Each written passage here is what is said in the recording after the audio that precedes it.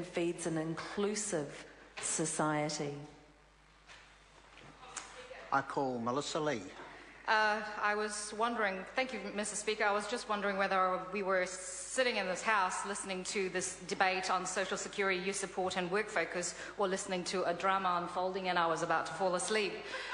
Sir, this is the first opportunity. It was a soothing voice, however. I commend you for the voice. It was a very soothing voice to fall asleep to. Sir, this is the first opportunity to speak on this bill, and I have to wonder whether those members opposite were sitting in the same select committee as I was, because they obviously have a completely different view to what actually happened in the select committee rooms. So I'd like to take this opportunity to commend the tremendous work that the Minister, Honourable Paula Bennett, has actually done. Sir, because the Labour government, the previous Labour government, in their 9 years, did not have the guts to actually tackle the social... Order. No, look. Order.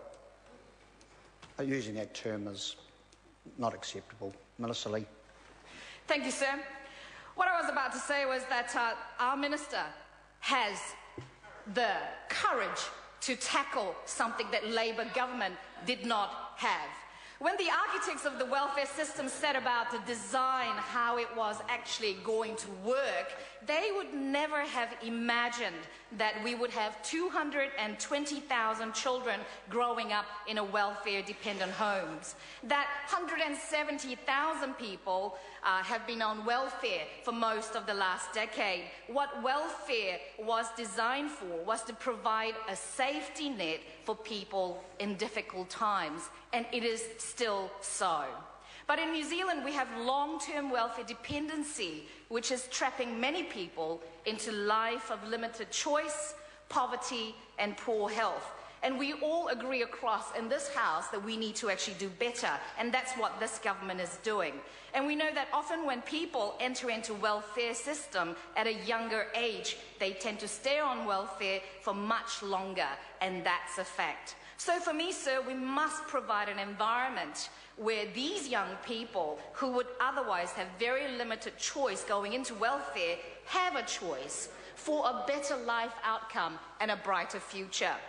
By identifying this at-risk youth, we can provide services to help them re-engage with education, training and opportunity for employment, and this bill sets out to do just that.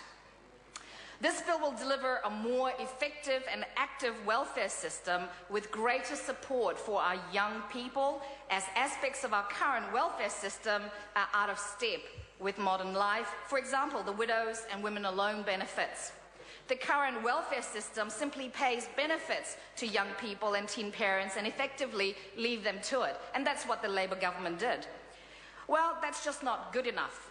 Often these young people do not have the life skills or the experience to know how to budget or prioritise or understand that education is what is required for a better outcome. They need good role models and advice on what and how they can best make things work for them.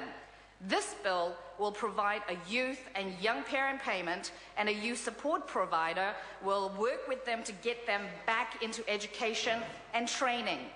The support provider will actually manage the young person's benefit payments with essentials like rent and power paid directly and an allowance and payment card for living costs. Sir, most of us know how to pay mortgage payments or rent or power on automatic payment because those are the essentials that we cannot spend from our pay packet. We know how to apportion it. Young people don't tend to, and we need to actually teach them how to do that. And sir, this is a great bill, and I commend it to the House. Ko Esanati Loloi Taylor.